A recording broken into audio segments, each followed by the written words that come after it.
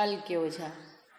भोला महतो ने पहली स्त्री के मर जाने के बाद दूसरी सगाई की तो उसके लड़के रघु के लिए बुरे दिन आ गए।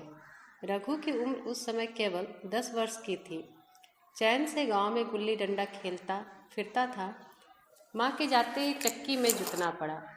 पन्ना रूपवती स्त्री थी और रूप और गर्भ में चोली दामन का नाता है। वह अपने हाथों से कोई मोटा काम न करती। गोबर रघु निकालता, बैलों को सानी रघु देता, रघु ही जूठे बर्तन मांजता। भोला की आंखें कुछ ऐसी फिरी कि उसे अब रघु में सब बुराइयां ही बुराइयां नजर आती। पन्ना को कुछ समझता ही नहीं। बेचारी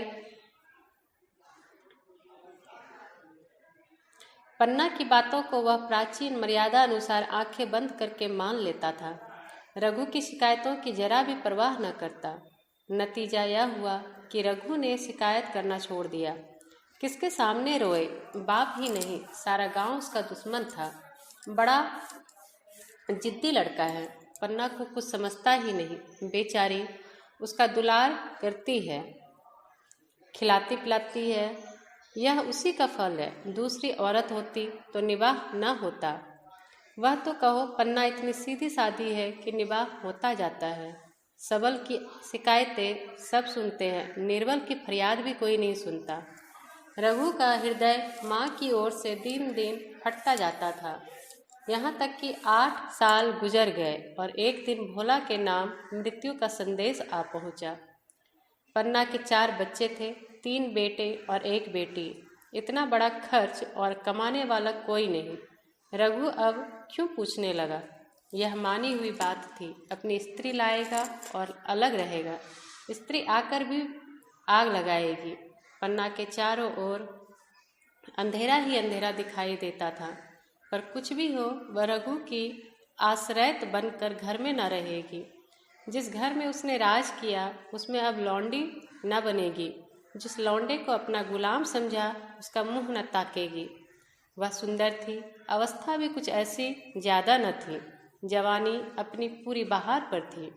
क्या वह कोई दूसरा घर नहीं कर सकती? यही ना होगा, लोग हंसेंगे बला से। उसकी बिरादरी में क्या ऐसा होता नहीं? ब्राह्मण ठाकुर थोड़े ही थी कि नाक कट जाएगी। यह तो ऊंची जातों में होता है कि घर में चाहे जो कुछ करो, बाहर पर्दा ढका रहे। वह तो संसार को दिखाकर दूसरा घर कर सकती है। फिर वह रघु की दबैल बनकर क्यों रहे? भोला को मरे 1 महीना गुजर चुका था। संध्या हो गई थी। पन्ना इसी चिंता में पड़ी हुई थी कि सहसा उसे ख्याल आया, लड़के घर में नहीं हैं। यह बैलों के लौटने की बेला है। कहीं कोई लड़का उसके नीचे ना आ जाए। अब द्वार पर कौन है जो उनकी देखभाल करेगा? घर से बाहर निकली तो देखा रघु अपने झोपड़े में बैठा ऊख की गंडेरियां बना रहा है। तीनों लड़के उसे घेरे खड़े हैं और छोटी लड़की गर्दन में हाथ डाले उसकी पीठ पर सवार होने की चेष्टा कर रही है। पन्ना को अपनी आंखों पर विश्वास न आया। आज तो यह नई बात है। शायद दुनिया को दिखाता है कि मैं अपने भाइयों को कितना चाहता हूँ और मन में छुरी रखी हुई है। घात मिले तो जान ही ले ले। काला सांप है, काला सांप, कठोर स्वर में बोली। तुम सब के सब वहाँ क्या करते हो? घर में जाओ, सांझ की बेला है, गोरू आते होंगे। रघु ने विनित नेत्रों से देखकर कहा, मैं तो हूँ ही काकी, डर किस बात का है?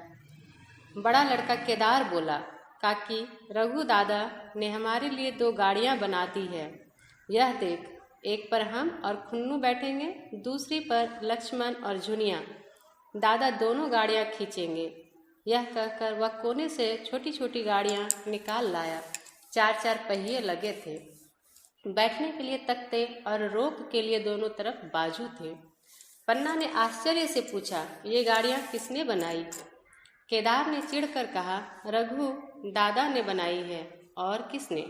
भगत के घर से बसूला और रुखानी मांग लाए और झटपट बना दी। खूब दौड़ती है काकी। बैठ खुन्नू, मैं खींचूं? खुन्नू गाड़ी में बैठ गया। केदार खींचने लगा। चर चर का शोर हुआ, मानो गाड़ी भी इस खेल में लड़कों के साथ शरीक है। लक्ष्मण ने दूसरी गाड़ी पर बैठकर कहा, दादा खींचो। रघु ने झुनिया को भी गाड़ी में बैठा दिया और गाड़ी खींचता हुआ दौड़ा। तीनों लड़के तालियां बजाने लगे। पन्ना चकित नेत्रों से यह दृश्य देख रही थी और सोच रही थी कि यह वही रघु है या और। थोड़ी देर के बाद दोनों गाड़ियां लौटी। लड़के घर में आकर इस यान यात्रा के अनुभव बयान करने लगे। कितने खुश थे, मानो हवाई जहाज पर बैठ आए हो।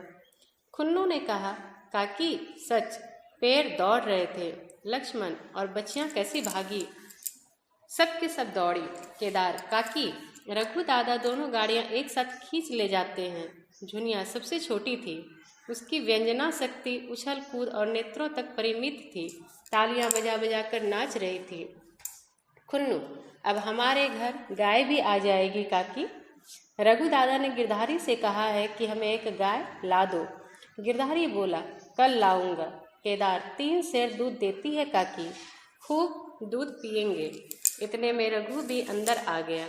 पन्ना ने अवहेलना की दृष्टि से देखकर पूछा, क्यों रघु, तुमने गिरधारी से कोई गाय मांगी है? रघु ने क्षमा प्रार्थना के भाव से कहा, हाँ मांगी तो है, कल लावेगा।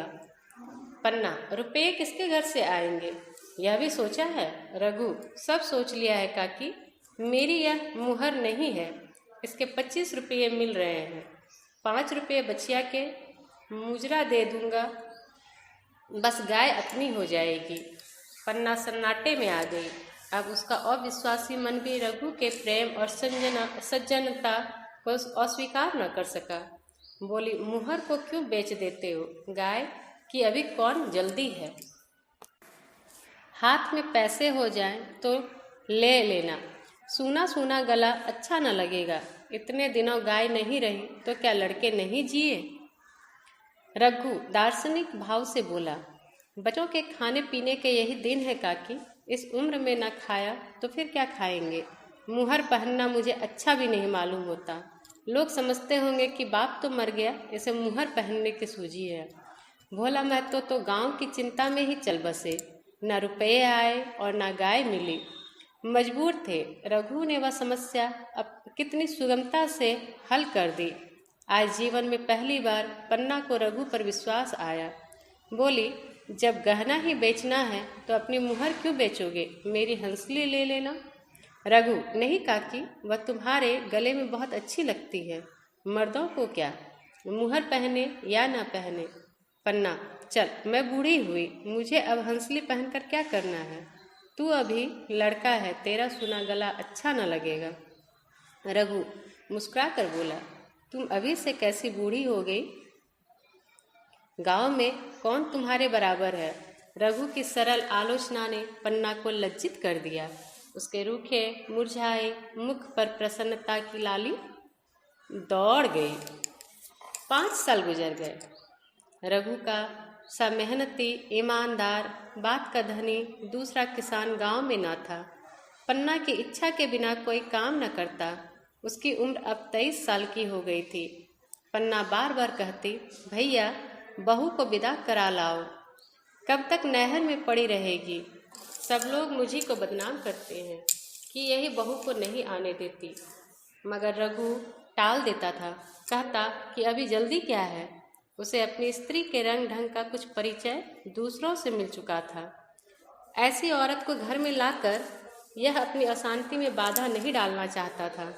आखिर एक दिन पन्ना ने जिद करके कहा, तो तुम न लाओगे? कह दिया कि अभी कोई जल्दी नहीं है। तुम्हारे लिए जल्दी ना होगी, मेरे लिए तो जल्दी है। मैं आज आदमी भेजती हूँ, पछताओगी काकी। उसका मिजाज अच्छा नहीं है तुम्हारी बला से। जब मैं उससे बोलूँगी ही नहीं तो क्या हवा से लड़ेगी? रोटियाँ तो बना लेगी। मुझसे भीतर बाहर का सारा काम नहीं होता। मैं आज बुलाए लेती हूँ। बुलाना चाहती हो बुला लो, मगर फिर यह न कहना कि यह मेहरिया को ठीक नहीं करता, उसका गुलाम हो गया। न कहूँगी, जाकर 2 साड़ियाँ और मिठाई ले आ। तीसरे दिन मूलिया मैके से आ गई। दरवाजे पर नगाड़े बजे, शहनाइयों की मधुर ध्वनि आकाश में गूंजने लगी। मुंह दिखावे की रस्म अदा हुई। वह इस मरुभूमि में निर्मल जलधारा थी। गेहुआ रंग था, बड़ी बड़ी नोकीली पलकें, कपालों पर हल्की सुर्खी, आंखों में प्रबल आकर्षण। रघु उसे देखते ही मंत्रमुग्ध हो गया। प्रातःकाल पानी का घड़ा लेकर चलती, तब उसका गेहुआ रंग प्रभात की सुनहली किरणों से कुंदन हो जाता, मानो उषा अपनी सारी सुगंध, सारा विकास और सारा उन्माद लिए मुस्कुराती चली जाती हो। मूलिया मैके से ही जली भुनी आई थी। मेरा शौहर छाती फाड़ कर काम करे और पन्ना रानी बनी बैठी रहे, उसके लड़के रईस ज्यादा बने घूमे, मूलिया से यह बर्दाश्त न होगा। वह किसी की गुलामी न करेगी। अपने लड़के तो अपने होते ही नहीं, भाई किसके होते हैं? जब तक पर नहीं निकलते हैं, रघु को घेरे हुए हैं। ज्यों ही जरा सयाने हुए, पर झाड़ कर निकल जाएंगे, बात भी न पूछेंगे। उस दिन उसने रघु से कहा, तुम्हें इस तरह गुलामी करनी हो तो करो, मुझसे यह ना होगी। रघु, तो फिर क्या करूं, तू ही बता। लड़के तो अभी घर का काम करने लायक भी नहीं है। मूलिया, लड़के रावत के हैं, कुछ तुम्हारे नहीं हैं। यही पन्ना है जो तुम्हें दाने दाने को तरसाती है। सब सुन चुकी हूँ, मैं लौंडी बनकर न रहूंगी। रुपये पैसे का मुझे कुछ हिसाब नहीं मिलता। न जाने तुम क्या लाते हो और वह क्या करती है। तुम समझते हो रुपये घर ही में तो हैं, मगर देख लेना तुम्हें जो एक फूटी कौड़ी भी मिले। रघु, रुपये पैसे तेरे हाथ में देने लगूं तो दुनिया क्या कहेगी, यह तो सोच। मूलिया, दुनिया जो चाहे कहे, दुनिया के हाथों बिकी नहीं हूँ, देख लेना। भाड़ लीप कर हाथ काला ही रहेगा। फिर तुम अपने भाइयों के लिए मरो, मैं क्यों मरूं? रघु ने जवाब ना दिया। उसे जिस बात का भय था वह इतनी जल्दी सिर पर आ पड़ी। अब अगर उसने बहुत तथोतंभी किया तो 6 महीने और काम चलेगा। बस आगे यह ढोंगा चलता नजर नहीं आएगा। डोंगा चलता नजर नहीं आता। बकरे की माँ कब तक खैर मनाएगी? एक दिन पन्ना ने महुए का सुखावन डाला। बरसात शुरू हो गई थी। बखार में अनाज गीला हो रहा था। मूलिया से बोली, बहू जरा देखती रहना, मैं तालाब से नहा आऊं। मूलिया ने लापरवाही से कहा, मुझे नींद आ रही है, तुम बैठकर देखो। एक दिन न नहाओगी तो क्या होगा? पन्ना ने साड़ी उठाकर रख दी, नहाने न गई। मूलिया का वार खाली गया। कई दिन के बाद एक शाम को पन्ना धान रोप कर लौटी। अंधेरा हो गया था। दिन भर की भूखी थी। आशा थी बहू ने रोटी बना रखी होगी, मगर देखा तो यहाँ चूल्हा ठंडा पड़ा हुआ था और बच्चे मारे भूख के तड़प रहे थे। मूलिया से आहिस्ते से पूछा, आज अभी चूल्हा नहीं जला? केदार ने कहा, आज दोपहर को भी चूल्हा नहीं जला काकी, भाभी ने कुछ बनाया ही नहीं। पन्ना, तो तुम लोगों ने खाया क्या? केदार, कुछ नहीं, रात की रोटियां थी, खुन्नू और लक्ष्मण ने खाई, मैंने सत्तू खा लिया। पन्ना, और बहू? केदार, वह तो पड़ी सो रही है, कुछ नहीं खाया। पन्ना ने उसी वक्त चूल्हा जलाया और खाना बनाने बैठ गई। आटा गूंदती थी और रोती थी। क्या नसीब है, दिन भर खेत में जली, घर आई तो चूल्हे के सामने जलना पड़ा। केदार का 14वां साल था। भाभी के रंग ढंग देखकर सारी स्थिति समझ रहा था। बोला, काकी, भाभी अब तुम्हारे साथ रहना नहीं चाहती। पन्ना ने चौंक कर पूछा, क्या कुछ कहती थी? केदार, कहती कुछ नहीं थी, मगर है उसके मन में यही बात। फिर तुम क्यों नहीं छोड़ देती? जैसे चाहे रहे, हमारा भी भगवान है। पन्ना ने दांतों से जीभ दबाकर कहा, तुम मेरे सामने ऐसी बात भूल कर भी ना करना कहना। रघु तुम्हारा भाई नहीं, तुम्हारा बाप है। मूलिया से कभी बोलोगे तो समझ लेना जहर खा लूंगी। दशहरे का त्यौहार आया। इस गांव से कोस भर पर एक पूर्वे में मेला लगता था। गांव के सब लड़के मेला देखने चले। पन्ना भी लड़कों के साथ चलने को तैयार हुई, मगर पैसे कहाँ से आए? कुंजी तो मूलिया के पास थी। रघु ने आकर मूलिया से कहा, लड़के मेले जा रहे हैं, सबों को 2-2 आने पैसे दे दे। मूलिया ने त्योरी चढ़ाकर कहा, पैसे घर में नहीं हैं। रघु, अभी तो तेलहन बिका था, क्या इतनी जल्दी रुपये उठ गए? मूलिया, हाँ उठ गए। रघु, कहाँ उठ गए? जरा सुनो, आज त्योहार के दिन लड़के मेला देखने न जाएंगे? मूलिया, अपनी काकी से कहो पैसे निकाले, गाड़ कर क्या करेगी? खूंटी पर कुंजी लटक रही थी। रघु ने कुंजी उतारी और चाहा कि संदूक खोले कि मूलिया ने उसका हाथ पकड़ लिया और बोली, कुंजी मुझे दे दो, नहीं तो ठीक ना होगा। खाने पहनने को भी चाहिए, किताब कागज किताब को भी चाहिए, उस पर मेला देखने को भी चाहिए।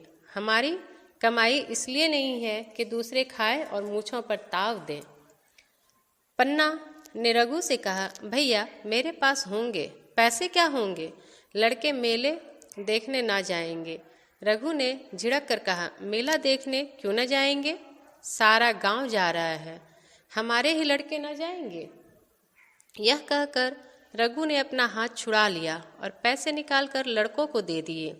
मगर कुंजी जब मूलिया को देने लगा तब उसने उसे आंगन में फेंक दिया और मुंह लपेटकर लेट गई, लड़के मेला देखने ना।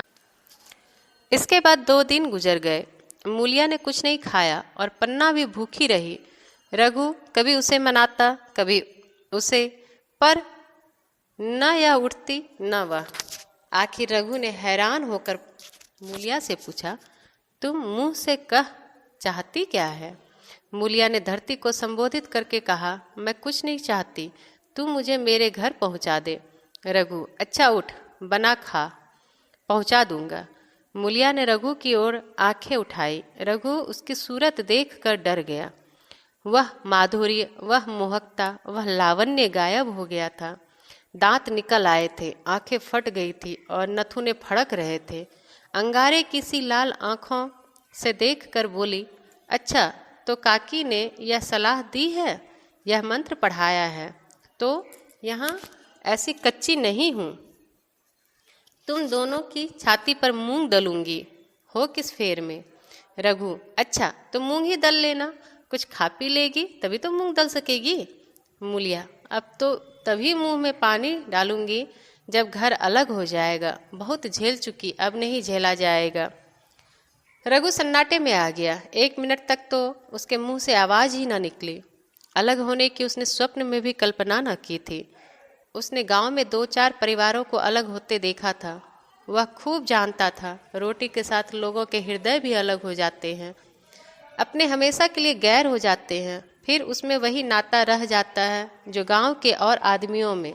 रघु ने मन में ठान लिया था कि इस विपत्ति को घर ना आने दूंगा, मगर होनहार के सामने उसकी एक न चली। मेरे मुंह में कालिख लगेगी, दुनिया यही कहेगी कि बाप के मर जाने पर 10 साल भी एक में निवाह ना हो सका। फिर किससे अलग हो जाऊं? जिनको गोद में खिलाया, जिनको बच्चों की तरह पाला, जिनके लिए तरह तरह के कष्ट झेले, उन्हीं से अलग हो जाऊं?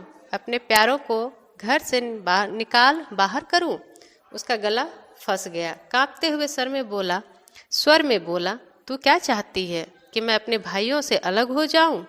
भला सोच तो, कहीं मुंह दिखाने लायक रहूंगा? मूलिया, तो मेरा इन लोगों के साथ निवाह ना होगा। रघु, तो तू अलग हो जा, मुझे अपने साथ क्यों घसीटती है? मूलिया, तो मुझे क्या तुम्हारे घर में मिठाई मिलती है? मेरे लिए क्या संसार में जगह नहीं है? रघु, तेरी जैसी मर्जी, जहाँ चाहे रह, मैं अपने घर वालों से अलग नहीं हो सकता। जिस दिन इस घर में 2 चूल्हे जलेंगे, उस दिन मेरे कलेजे के 2 टुकड़े हो जाएंगे। मैं यह चोट नहीं सह सकता। तुझे जो तकलीफ हो वह मैं दूर कर सकता हूँ। माल असबाब की मालकिन तू है ही, अनाज पानी तेरे ही हाथ है। अब रह क्या गया है? अगर कुछ काम धंधा करना नहीं चाहती, मत कर। भगवान ने मुझे समाई दी होती तो तुझे तिनका तक उठाने न देता। तेरे यह सुकुमार हाथ पाँव मेहनत मजूरी करने के लिए बनाए ही नहीं गए हैं, मगर क्या करूं, अपना कुछ बस ही नहीं है। फिर भी तेरा जी कोई काम करने को न चाहे मत कर, मगर मुझसे अलग होने को न कह, तेरे पैरों पड़ता हूँ। मुलिया ने सिर से आंचल खिसकाया और जरा समीप आकर बोली, मैं काम करने से नहीं डरती, न बैठे बैठे खाना चाहती हूँ, मगर मुझसे किसी की धौंस नहीं सही जाती। तुम्हारी ही काकी घर का काम काज करती है तो अपने लिए करती है, अपने बाल बच्चों के लिए करती है, मुझ पर कुछ एहसान नहीं करती, फिर मुझ पर धौंस क्यों जमाती है। उन्हें अपने बच्चे प्यारे होंगे, मुझे तो तुम्हारा आसरा है। मैं अपनी आँखों से यह नहीं देख सकती कि सारा घर तो चैन करे, जरा जरा से बच्चे तो दूध पिए, और जिसके बलबूते पर गृहस्थी थमी हुई है वह मट्ठे को तरसे, कोई उसका पूछने वाला ना हो। जरा अपना मुंह तो देखो, कैसी सूरत निकल आई है। औरों के तो 4 बरस में अपने पट्ठे तैयार हो जाएंगे, तुम तो 10 साल में खाट पर पड़ जाओगे। बैठ जाओ, खड़े क्यों हो? क्या मारकर भागोगे? मैं तुम्हें जबरदस्ती न बांध लूँगी, या ऐसे निर्मोहियों से पाला पड़ेगा तो इस घर में भूल से न आती भी तो मन न लगाती, मगर अब तो मन तुमसे लग गया है। घर भी जाऊं तो मन यहाँ ही रहेगा, और तुम जो हो मेरी बात नहीं पूछते। मुलिया की ये रसीली बातें रघु पर कोई असर न डाल सकी। वह उसी रुखाई से बोला, मुलिया, मुझसे यह ना होगा। अलग होने का ध्यान करते ही मेरा मन न जाने कैसा हो जाता है। यह चोट मुझसे ना सही जाएगी। मुलिया ने परिहास करके कहा, तो चूड़ियाँ पहनकर अंदर बैठो ना। लाओ, मैं मूछें लगा लूँ। मैं तो समझती थी कि तुम में भी कुछ कस बल है, अब देखती हूँ तो निरे मिट्टी के लोंदे हो। पन्ना दलान में खड़ी दोनों की बातचीत सुन रही थी। अब उससे न रहा गया। सामने आकर रघु से बोली, जब वह अलग होने पर तुली हुई है, फिर तुम क्यों उसे जबरदस्ती मिलाए रखना चाहते हो? तुम उसे लेकर रहो, हमारे भगवान मालिक हैं। जब महतो मर गए थे और कहीं पत्ती की भी छाँव न थी, जब उस वक्त भगवान ने निबाह दिया तो अब क्या डर। अब तो भगवान के दया से तीनों लड़के सयाने हो गए हैं, अब कोई चिंता नहीं। रघु ने आंसू भरी आंखों से पन्ना को देख कर कहा, काकी, तू भी पागल हो गई है क्या? जानती नहीं, 2 रोटियां होते ही 2 मन हो जाते हैं। पन्ना, जब वह मानती ही नहीं तब तुम क्या करोगे? भगवान की यही मर्जी होगी तो कोई क्या करेगा। प्रारब्ध में जितने दिन एक साथ रहना लिखा था उतने दिन रहे, अब उसकी यही मर्जी है तो यही सही। तुमने मेरे बाल बच्चों के लिए जो कुछ किया वह मैं भूल नहीं सकती। तुमने उनके सिर पर हाथ न रखा होता तो आज इनकी न जाने क्या गति होती, न जाने किसके द्वार पर ठोकरें खाते होंगे, न जाने कहाँ कहाँ भीख मांगते फिरते। तुम्हारा जस मरते दम तक गाऊंगी। अगर मेरी खाल तुम्हारे जूते बनाने के काम आए तो खुशी से दे दूँगी। चाहे तुमसे अलग हो जाऊं, पर जिस घड़ी तुम पुकारोगे कुत्ते की तरह दौड़ी आऊंगी। यह भूल कर भी ना सोचना कि तुमसे अलग होकर मैं तुम्हारा बुरा चेतूंगी। जिस दिन तुम्हारा अनभल मेरे मन में आएगा उसी दिन विष खाकर मर जाऊंगी। भगवान करे तुम दूधो नहावो पूतो फलो। मरते दम तक यही आशीष मेरे रोए रोए से निकलती रहेगी, और अगर लड़के भी अपने बाप के हैं तो मरते दम तक तुम्हारा पोस मानेंगे। यह कहकर पन्ना रोती हुई वहां से चली गई। रघु वही मूर्ति की तरह खड़ा रहा। आसमान की ओर टकटकी लगी थी और आंखों से आंसू बह रहे थे। पन्ना की बातें सुनकर मूलिया समझ गई कि अब अपने पाँव 12 है। चटपट उठी, घर में झाड़ू लगाया, चूल्हा जलाया और कुएं से पानी लाने चली। उसकी टेक पूरी हो गई थी। गांव में स्त्रियों के 2 दल होते हैं, एक बहुओं का, दूसरा सासों का। बहुएं सलाह और सहानुभूति के लिए अपने दल में जाती है और सासें अपने दल में। दोनों की पंचायतें अलग होती है। मूलिया को कुएं पर 2-3 बहुएं मिल गई। एक ने पूछा, आज तो तुम्हारी बुढ़िया बहुत रो धो रही थी। मूलिया ने विजय के गर्व से कहा, इतने दिनों से घर की मालकिन बनी हुई है, राजपाट छोड़ते किसे अच्छा लगता है। बहन, मैं उसका बुरा नहीं चाहती, लेकिन एक आदमी की कमाई में कहाँ तक बरकत होगी। मेरे भी तो यही खाने पीने पहनने ओढ़ने के दिन हैं। अभी उनके पीछे मरो, फिर बाल बच्चे हो जाएं, उनके पीछे मरो, सारी जिंदगी रोते ही कट जाए। एक बहू बुढ़िया यही चाहती है कि यह बस जन्म भर लौंडी बनी रहे, मोटा झोटा खाए और पड़ी रहे। दूसरी बहू, किस भरोसे पर कोई मरे। अपने लड़के तो बात नहीं पूछते, पराये लड़कों का क्या भरोसा। कल इनके हाथ पाँव हो जाएंगे, फिर कौन पूछता है। अपनी अपनी मेहरियों का मुंह देखेंगे। पहले से ही फटकार देना अच्छा है, फिर तो कोई कलंक न होगा। मूलिया पानी लेकर गई, खाना बनाया और रघु से बोली, जाओ नहा आओ, रोटी तैयार है। रघु ने मानो सुना ही नहीं, सिर पर हाथ रखकर द्वार की तरफ ताकता रहा। मूलिया, क्या कहती हूँ, कुछ सुनाई देता है। रोटी तैयार है, जाओ नहा आओ। रघु, सुन तो रहा हूँ, क्या बहरा हूँ। रोटी तैयार है तो जाकर खा ले, मुझे भूख नहीं है। मूलिया ने फिर कुछ नहीं कहा, जाकर चूल्हा बुझा दिया, रोटियां उठाकर छीके पर रख दी और मुंह ढांप कर लेट रही। जरा देर में पन्ना आकर बोली, खाना तो तैयार है, नहा धोकर खा लो, वह भी तो भूखी होगी। रघु ने झुंझला कर कहा, काकी, तू घर में रहने देगी कि मुंह में कालिख लगाकर कहीं निकल जाऊं। खाना तो खाना ही है, आज ना खाऊं कल खाऊंगा, लेकिन अभी मुझसे ना खाया जाएगा। केदार, क्या अभी मदरसे से नहीं आया। पन्ना, अभी तो नहीं आया, आता ही होगा।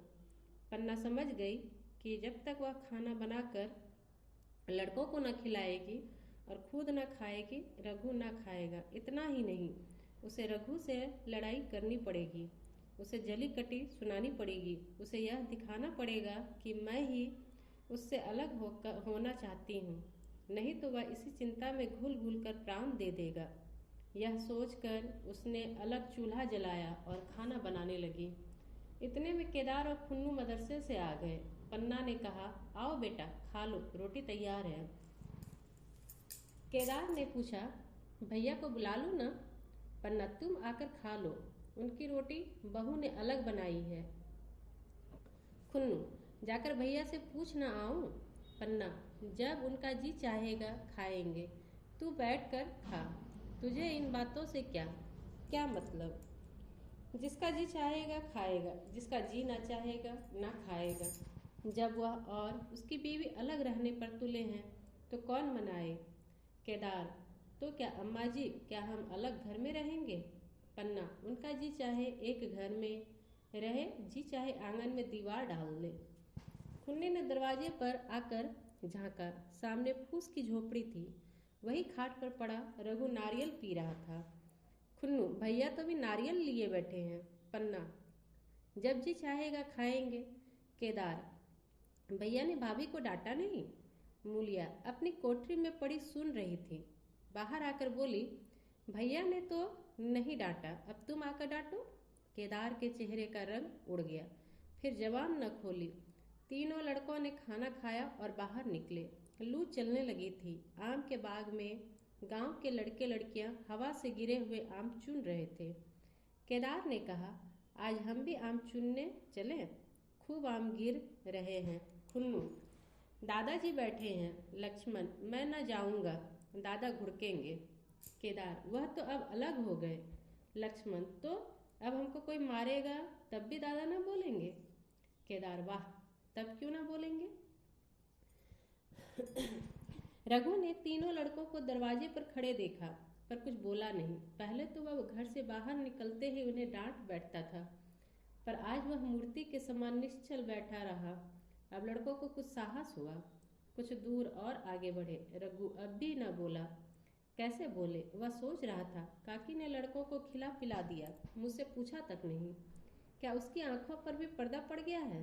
अगर मैंने लड़कों को पुकारा और वह न आए तो मैं उनको मार पीट तो सकूंगा, लू में सबके सब मारे मारे फिरेंगे, कहीं बीमार न पड़ जाए।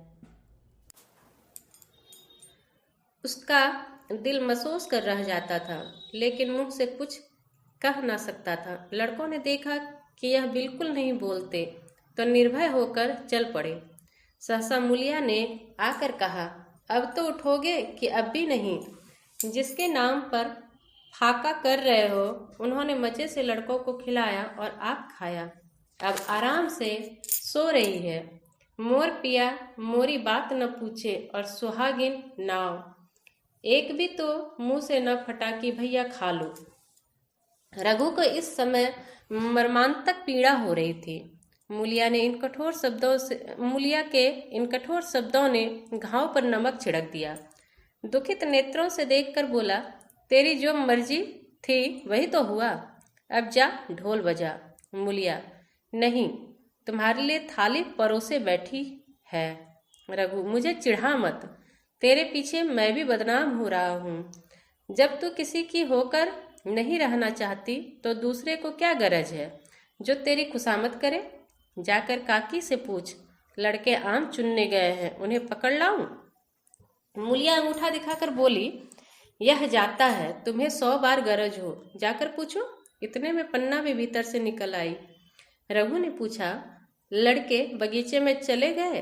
काकी, लू चल रही है पन्ना, अब उनका कौन पुछतर है?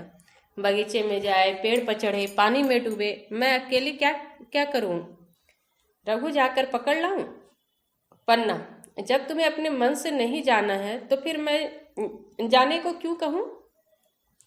तुम्हें रोकना होता तो रोक न देते, तुम्हारे सामने ही तो गए होंगे। पन्ना की बात पूरी न हुई थी कि रघु ने नारियल को में रख दिया और बाग की तरफ चला। रघु लड़कों को लेकर बाग से लौटा तो देखा मूलिया अभी तक झोपड़े में खड़ी है। बोली, तू जाकर खा क्यों नहीं लेती? मुझे तो इस बेला भूख नहीं है। मूलिया ऐठ कर बोली, हाँ, भूख क्यों लगेगी? भाइयों ने खाया, वह तुम्हारे पेट में पहुंच ही गया होगा। रघु ने दांत पीस कर कहा, मुझे जला मत मूलिया, नहीं तो अच्छा न होगा। खाना कहीं भागा नहीं जाता, एक बेला न खाऊंगा तो मर न जाऊंगा। क्या तू समझती है घर में आज कोई छोटी बात हो गई है? तूने घर में चूल्हा नहीं जलाया, मेरे कलेजे में आग लगाई है। मुझे घमंड था कि और चाहे कुछ हो जाए पर मेरे घर में फूट का रोग न आने पावेगा, पर तूने मेरा घमंड चूर कर दिया। प्रारब्ध की बात है। मूलिया तिनक कर बोली, सारा मोह छो तुम्ही को है कि और किसी को भी है? मैं किसी को तुम्हारी तरह बिसूरते नहीं देखती। रघु ने ठंडी सांस खींचकर कहा, मूलिया, घाव पर नौन न छिड़क, तेरे ही कारण मेरी पीठ में धूल लग रही है। मुझे इस गृहस्थी का मोह ना होगा तो किसे होगा? मैंने ही तो इसे मर मर कर जोड़ा। जिनको गोद में खिलाया वही अब मेरे पट्टीदार होंगे। जिन बच्चों को मैं डांटता था उन्हें आज कड़ी आंखों से भी नहीं देख सकता। मैं उनके भले के लिए भी कोई बात करूं तो दुनिया यही कहेगी कि यह अपने भाइयों को लूटे लेता है। जा, मुझे छोड़ दे, अभी मुझसे कुछ ना खाया जाएगा। मूलिया, मैं कसम खा दूंगी, रखा दूंगी, नहीं चुपके से चले चलो। रघु, देख, अब भी कुछ नहीं बिगड़ा है, अपनी हट छोड़ दे। मूलिया, हमारा ही लहू पिए जो खाने न उठे। रघु के कानों पर हाथ रखकर कहा, यह तूने क्या किया मूलिया? मैं तो उठ ही रहा था। चल खा लूं, नहाने धोने कौन जाए, लेकिन इतना कह देता हूं कि चाहे 4 की जगह 6 रोटियां खा जाऊं, तुझे चाहे तू मुझे घी के मटके में ही डुबो दे, पर यह दाग मेरे दिल से न मिटेगा। मूलिया, दाग साग सब मिट जाएगा, पहले सबको ऐसा ही लगता है। देखते नहीं हो उधर कैसे चैन की बंसी बज रही है? वह तो मना ही रही थी कि किसी तरह यह सब अलग हो जाए। अब वह पहले किसी चांदी तो नहीं है कि जो कुछ घर में आवे सब गायब। अब क्यों हमारे साथ रहने लगी? रघु ने आहत स्वर में कहा, इसी बात का तो मुझे गम है। काकी ने ऐसी आशा न थी, काकी से ऐसी आशा न थी। रघु खाने बैठा तो कौर विष के घूंट सा लगता था। जान पड़ता था रोटियां भूसी की है। दाल पानी सी लगती थी। पानी भी कंठ के नीचे न उतरता था। दूध की तरफ देखा तक नहीं। 2-4 ग्रास खाकर उठ आया, जैसे किसी प्रियजन के श्राद्ध का भोजन हो। रात का भोजन भी उसने इसी तरह किया। भोजन क्या किया, कसम पूरी की। रात भर उसका चित्त उद्विग्न रहा। एक अज्ञात शंका उसके मन पर छाई हुई थी, जैसे भोला महतो द्वार पर बैठा रो रहा हो। वह कई बार चौंक कर उठा। ऐसा जान पड़ा भोला उसकी ओर तिरस्कार की आंखों से देख रहा है। वह दोनों जून का भोजन करता था, पर जैसे शत्रु के घर। भोला की शोकमग्न मूर्ति आंखों से न उतरती थी। रात को उसे नींद न आती। वह गांव में निकलता तो इस तरह मुंह चुराए, सिर झुकाए, मानो गो हत्या की हो। 5 साल गुजर गए। रघु अब 2 लड़कों का बाप था। आंगन में दीवार खिंच गई थी, खेतों में मेड़े डाल दी गई थी और बैल बदिए बांट लिए गए थे। केदार की उम्र अब 16 साल की हो गई थी। उसने पढ़ना छोड़ दिया था और खेती का काम करता था। खुन्नू गाय चराता था। केवल लक्ष्मण अब तक मदरसे जाता था। पन्ना और मूलिया दोनों एक दूसरे की सूरत से जलती थी। मूलिया के दोनों लड़के बहुधा पन्ना के पास ही रहते। वही उन्हें उपटन मलती, वही काजल लगाती, वही गोद में लिए फिरती, मगर मूलिया के मुंह से अनुग्रह का एक शब्द भी न निकलता। न पन्ना ही इसकी इच्छुक थी। वह जो कुछ करती निर्ब्याज भाव से करती थी। उसके 2-2 लड़के कमाऊ हो गए थे। लड़की खाना पका लेती थी, वह खुद ऊपर का काम काज कर लेती। इसके विरुद्ध रघु अपने घर का अकेला था। वह भी दुर्बल और सख्त और जवानी में बूढ़ा। अभी आयु 30 वर्ष से अधिक न थी, लेकिन बाल खिचड़े हो गए। कमर भी झुक चली थी। खांसी ने जीर्ण कर रखा था। देख कर दया आती थी। और खेती पसीने की वस्तु है। खेतों की जैसी सेवा होनी चाहिए, वह उससे न हो पाती। फिर अच्छी फसल कहाँ से आती। कुछ ऋण भी हो गया था। वह चिंता और भी मारे डालती थी। चाहिए तो यह था कि अब उसे कुछ आराम मिलता। इतने दिनों के निरंतर परिश्रम के बाद सिर का बोझ कुछ हल्का होता, किंतु मूलिया की स्वार्थपरता और अदूरदर्शिता ने लहराती हुई खेती उजाड़ दी। अगर सब एक साथ रहते तो वह अब तक पेंशन पा जाता। मजे से द्वार पर बैठा हुआ नारियल पीता, भाई काम करता, वह सलाह देता, महत्व बना फिरता, कहीं किसी के झगड़े चुकाता, कहीं साधु संतों की सेवा करता। पर वह अवसर हाथ से निकल गया। अब तो चिंता भर दिन दिन बढ़ता जाता था। आखिर उसे धीमा धीमा ज्वर रहने लगा। हृदय शूल, चिंता, कड़े परिश्रम और अभाव का यही पुरस्कार है। पहले कुछ परवाह न की, समझा आप ही अच्छा हो जाएगा, मगर कमजोरी बढ़ने लगी तो दवा की फिक्र हुई। जिसने जो बता दिया खा लिया। डॉक्टरों और वैद्यों के पास जाने की सामर्थ्य कहाँ, और सामर्थ्य भी होती तो रुपये खर्च कर देने के सिवा और नतीजा ही क्या था। जीर्ण स्वर की औषधि आराम है और पुष्टिकारक भोजन। वह बसंत मालती का सेवन कर सकता था और न आराम से बैठकर बलवर्धक भोजन कर सकता था। कमजोरी बढ़ती ही गई। पन्ना को अवसर मिलता तो वह आकर उसे तसल्ली देती, लेकिन उसके लड़के अब रघु से बात भी न करते थे। दवा दारू तो क्या करते, उसका और मजाक उड़ाते। भैया समझते थे कि हम लोगों से अलग होकर सोने की ईंट रख लेंगे। भाभी भी समझती थी, सोने से लद जाऊंगी। अब देखे कौन पूछता है। सिसक सिसक कर न मरे तो कह देना। बहुत हाय हाय भी अच्छी नहीं होती। आदमी उतना काम करे जितना हो सके, यह नहीं कि रुपये के लिए जान ही दे दे। पन्ना कहती, रघु बेचारे का कौन दोष है। केदार कहता, चल मैं खूब समझता हूँ, भैया की जगह मैं होता तो डंडे से बात करता। मजाल थी कि औरत यूं जिद करती। यह सब भैया की चाल थी, सब सीधी बदी बात थी। आखिर एक दिन रघु का टिमटिमाता हुआ जीवन दीपक बुझ गया। मौत ने सारी चिंताओं का अंत कर दिया। अंत समय उसने केदार को बुलाया था, पर केदार को ऊख में पानी देना था। डरा कहीं दवा के लिए ना भेज दे, बहाना बता दिया। मूलिया का जीवन अंधकारमय हो गया। जिस भूमि पर उसने मंसूबों की दीवार खड़ी की थी, अब नीचे से खिसक गई थी। जिस खूंटे के बल पर वह उछल रही थी, वह उखड़ गया था। गांव वालों ने कहना शुरू किया, ईश्वर ने कैसा तत्काल दंड दिया। बेचारी मारे लाज के अपने बच्चों को लिए रोया करती। गांव में किसी को मुंह दिखाने का साहस न होता। प्रत्येक प्राणी उससे यह कहता हुआ मालूम होता था, मारे घमंड के धरती पर पांव न रखती थी। आखिर सजा मिल गई कि नहीं? अब इस घर में कैसे निबाह होगा? वह किसके सहारे रहेगी?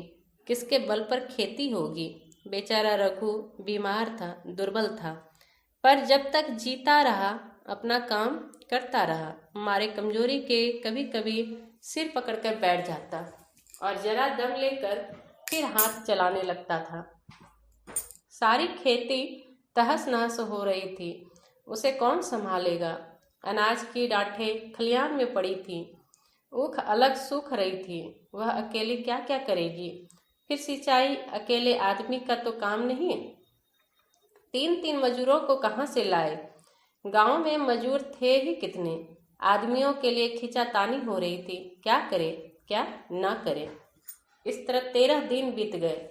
क्रियाकर्म से छुट्टी मिली।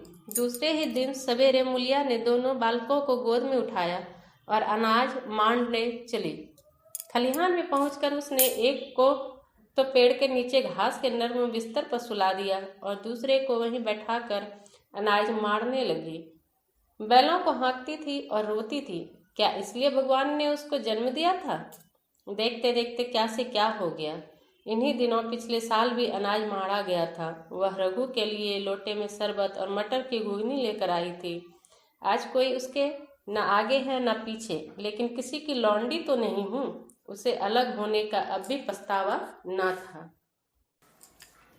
एकाएक छोटे बच्चे का रोना सुनकर उसने उधर ताका तो बड़ा लड़का उसे चुमका कर कह रहा था, भैया चुप रहो चुप रहो। धीरे धीरे उसके मुंह पर हाथ फेरता था और चुप करने के लिए विकल था। जब बच्चा किसी तरह न चुप हुआ तो वह खुद भी उसके पास लेट गया और उसे छाती से लगाकर प्यार करने लगा। मगर जब यह प्रयत्न भी सफल न हुआ तो वह रोने लगा। उसी समय पन्ना दौड़ी आई और छोटे बालक को गोद में उठाकर प्यार करते हुए बोली, लड़कों को मुझे क्यों न दे आई बहू? हाय हाय, अभी बेचारा धरती पर पड़ा लोट रहा है। जब मैं मर जाऊं तो जो चाहे करना, अभी तो जीती हूँ। अलग हो जाने से बच्चे तो नहीं अलग हो गए। मूलिया ने कहा, तुम्हें भी तो छुट्टी नहीं थी, अम्मा क्या करती? पन्ना,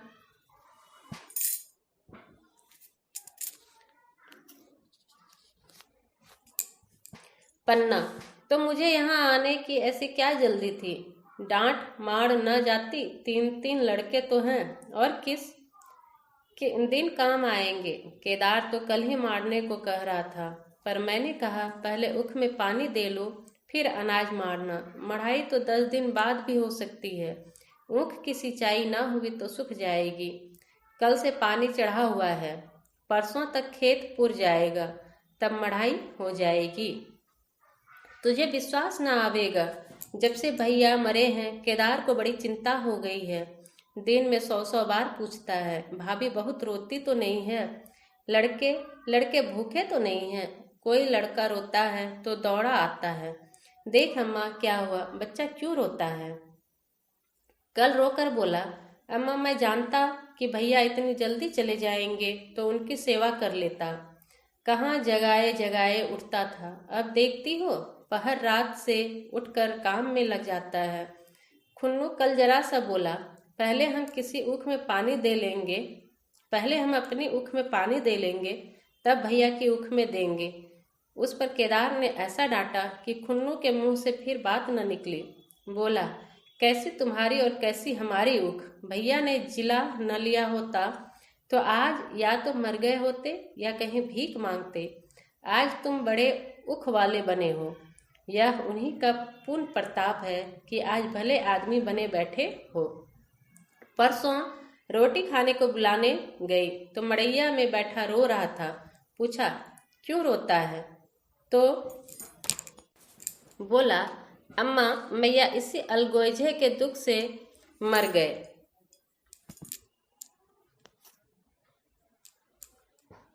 नहीं, अभी उनकी उम्र ही क्या थी, यह उस वक्त न सूझा? नहीं, उनसे क्यों बिगाड़ करते? यह कहकर पन्ना ने मूलिया की ओर संकेतपूर्ण दृष्टि से देखकर कहा, तुम्हें वह अलग न रहने देगा। बहू कहता है, भैया हमारे लिए मर गए तो हम भी उनके बाल बच्चों के लिए मर जाएंगे। मूलिया की आंखों से आंसू जारी थे। पन्ना की बातों में आज सच्ची वेदना, सच्ची सांत्वना, सच्ची सद चिंता भरी हुई थी। मूलिया का मन कभी उसकी ओर इतना आकर्षित न हुआ था, जिनसे उसे व्यंग और प्रतिकार का भय था। वे इतने दयालु, इतने शुभेच्छु हो गए थे। आज पहली बार उसे अपनी स्वार्थपरता पर लज्जा आई। पहली बार आत्मा ने अलगोजे पर धिक्कारा। इस घटना को हुए 5 साल गुजर गए। पन्ना आज बूढ़ी हो गई है। केदार घर का मालिक है, मूलिया घर की मालकिन है। खुन्नू और लक्ष्मण के विवाह हो चुके हैं, मगर केदार अभी तक कुंवारा है। कहता है मैं विवाह न करूंगा। कई जगहों से बातचीत हुई, कई सगाइयां आई, पर उसने हामी न भरी। पन्ना ने कंपे लगाए, जाल फैलाए, पर वह न फंसा। कहता, औरतों से कौन सुख। मेहरिया घर में आई और आदमी का मिजाज बदला। फिर जो कुछ है वह मेहरिया है। माँ बाप भाई बंधु सब पर आए हैं। जब भैया जैसे आदमी का मिजाज बदल गया तो फिर दूसरों की क्या गिनती। 2 लड़के भगवान के दिए हैं, और क्या चाहिए। बिना ब्याह किए 2 बेटे मिल गए, इससे बढ़कर और क्या होगा। जिसे अपना समझो वह अपना है, जिसे गैर समझो वह गैर है। एक दिन पन्ना ने कहा, तेरा वंश कैसे चलेगा? केदार, मेरा वंश तो चल रहा है, दोनों लड़कों को अपना ही समझता हूँ। पन्ना, समझने ही पर है तो तुम मूलिया को भी अपनी मेहरिया समझता होगा। केदार ने झेपते हुए कहा, तुम तो गाली देती हो अम्मा। पन्ना, गाली कैसी, तेरी भाभी ही तो है। केदार, मेरे जैसे लठ गवार को वह क्या पूछने लगी। पन्ना, तू करने को कह तो मैं उससे पूछूं। केदार, नहीं मेरी अम्मा, कहीं रोने गाने ना लगे। पन्ना, तेरा मन हो तो मैं बातों बातों में उसके मन की थाह लूं। केदार, मैं नहीं जानता, जो चाहे कर। पन्ना केदार के मन की बात समझ गई। लड़के का दिल मूलिया पर आया हुआ है, पर संकोच और भय के मारे कुछ नहीं कहता। उसी दिन उसने मूलिया से कहा, क्या करूं बहू, मन की लालसा मन में ही रही जाती है। केदार का घर भी बस जाता तो मैं निश्चिंत हो जाती। मूलिया, वह तो करने ही नहीं कहते। पन्ना कहता है, ऐसी औरत मिले जो घर में मेल से रहे तो कर लूं। मूलिया, ऐसी औरत कहाँ मिलेगी, कहीं ढूंढो। पन्ना, मैंने तो ढूंढ लिया है। मूलिया, सच, किस गांव की है? पन्ना, मूलिया, सच, किस गांव की है? पन्ना, अभी न बताऊंगी, मुदा यह जानती हूँ कि उससे केदार की सगाई हो जाए तो घर बस जाए और केदार की जिंदगी भी सफल हो जाए। न जाने लड़की मानेगी कि नहीं। मूलिया, मानेगी क्यों नहीं अम्मा, ऐसा सुंदर कमाऊ सुशील वर और कहाँ मिला जाता है।